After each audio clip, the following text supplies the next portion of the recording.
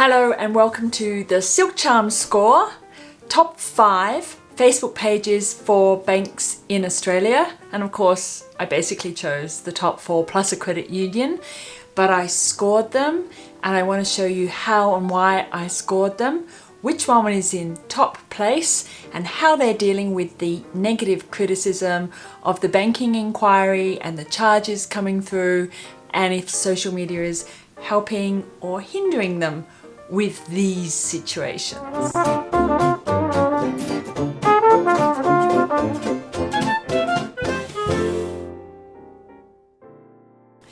My methodology is this. I look at the number of followers or subscribers on a page, the number of posts in the last 7 days. I actually went back a month or so. For each page, I dug in and I looked at how they're resourcing that page, how many admins they have, how many live ads they have, and all of this is freely available on Facebook. I'm not using any paid services. I looked at the programming schedule, so not just the number of posts, but if they had any regular posting, and I also looked at voice as part of the programming schedule.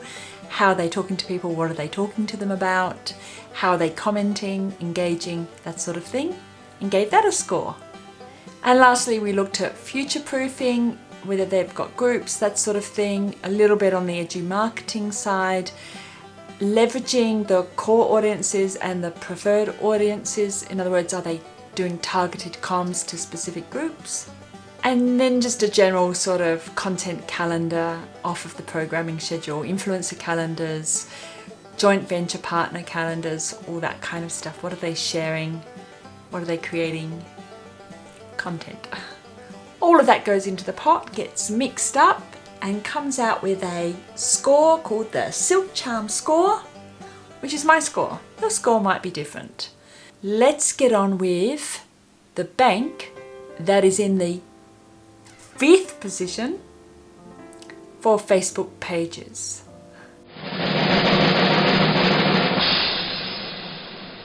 Is the ANZ Bank. The reason for this is in the last month they've had very few posts, mostly about payroll being down, so it's always on the back foot, always dealing with a crisis. And then in the last week, 0 posts. So there's no programming guide, there's no voice except for panicked, and the community are responding as I would expect them to do, which is with concern. So if you want to appear as a safe, secure bank, your social media needs to drive home a strong, confident message. The bank in position number 4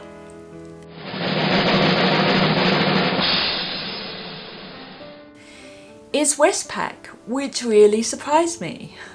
But Westpac did 0 posts in the last week.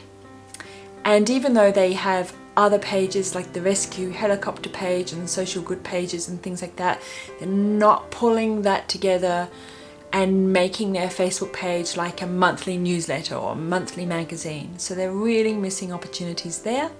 Westpac did have almost 15% engagement, which is quite good, but they had 130 ads. I do think if they narrow their audiences down, the rescue helicopter, the agribusiness, and some of the other storytelling ideas that they have, they'll have much stronger focus and they'll do much better on social. Just a thought. And for the top Facebook pages for Australia, in position number 3,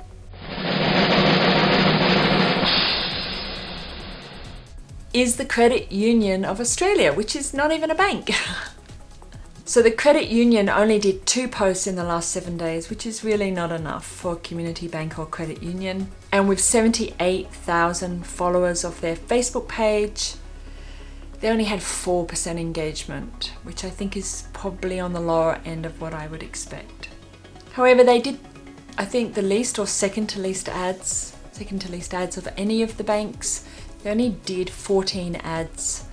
So they're not looking to buy engagement, but then they're not posting enough to earn engagement. So they'll have some problems with their programming guide and content calendars to get more engagement if they don't choose one of those or start boosting them. The bank in position number two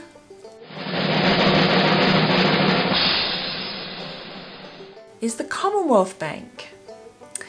And the Commonwealth Bank has the most followers on their page, about 750,000, so 500,000 more than I think the nearest competitor.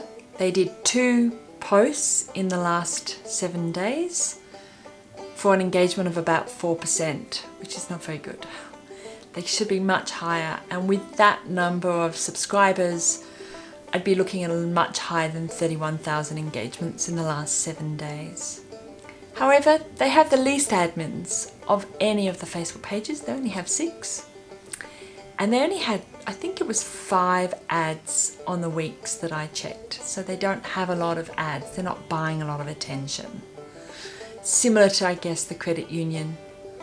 The very few ads, not posting much, means low engagement numbers. I did put customer service very high on the Commonwealth Bank page. They do a great job with customer service on their page, and one of the things to remember, of course, on social media is that marketing and sales want to push products and services, but social's two-way, and the customer usually wants customer service and questions answered back. So very strong, clear voice for customer service, strong personal touch from the admins on there. Good job. They do get the visual story type and the text story type mixed up, and Facebook's been very clear on the story type data sets, so I would probably look at cleaning that up a little bit, but it's not too bad. And working in the social good area, so when I looked, there was Are You OK and other social good ventures that they are referencing and riffing off of within the greater community. Only 6 admins for 750,000 people on a page. It's not bad, and especially as some of those will be agency people just doing the ads. So maybe increase the admins. I don't know, not here to give advice, just saying what I'm thinking. The number 1 bank for the Australian Facebook business pages for banks is NAB. Let me explain why. NAB has 233,000 followers, so they're a third, I guess, of Commonwealth Bank, but they had 281,000 engagements last week, which is 120% engagement, so their reach is going to be in the hundreds of times the reach of the actual page. Just think about it. Do you want to have a page with 730,000 subscribers on it, but you're only reaching 30,000? Or do you want a page with 200,000 people on it and you're reaching 300,000 people? It's a big difference. Now, I don't expect the NAB to have that sort of engagement every week. It would be nice, but they may not unless they find a repetitive way to build out storytelling. But their top post for the week had a lot of engagement. It was a social good story, so it's a feel-good story which works well within the community space. That particular story had 240 comments and 3,000 engagements, so yeah, it was very well done. They have a fair few admins. Up near the top, about 49 or 50 admins and 140 ads. So some of those admins will be working on ads. The NAB had the most posts of any page with 7. And just on that alone, that they had a viral post, high engagement, 120% engagement. They did 3 to 6 times the number of posts than their competitors. And even though they have less overall subscribers, they really are punching above their weight. That's why I gave them the number 1 position for the top banks on Facebook, according to me. Which banks would you put in your top list?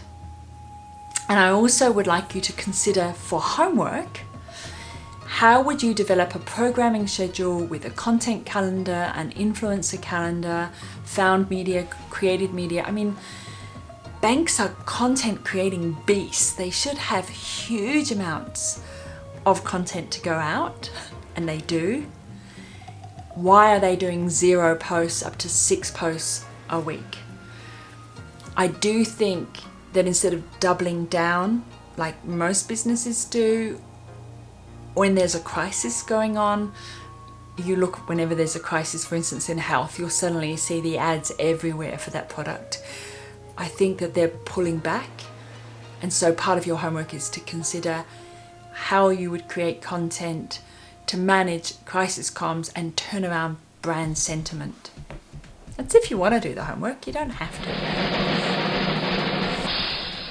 I hope you found this interesting and informative, and the next videos will be on FMCG, fast moving consumer goods, and how they're using social media, specifically Facebook. We're staying on Facebook for the time being, and I'm also going to pick another industry that's in crisis at the moment, which is aged care, and look at some of the things they're doing or not doing. If that sounds interesting to you, please subscribe. If you're not in the corporate or the government space, then maybe just, look for other videos on my channel that might suit you better. These are very specifically targeted to corporate and government, and I'm aware that might not be necessarily useful to somebody in small business. So there you go. If you're attending my 2-day Facebook and Instagram course at the end of October 2019, I think the next one's in March next year, or the 3-day Advanced Social Media Professionals course in Adelaide at the end of November, I will be going through additional tools other than the free tools that I'm using today in these videos. So maybe I'll see you there. Thank you, and back to work.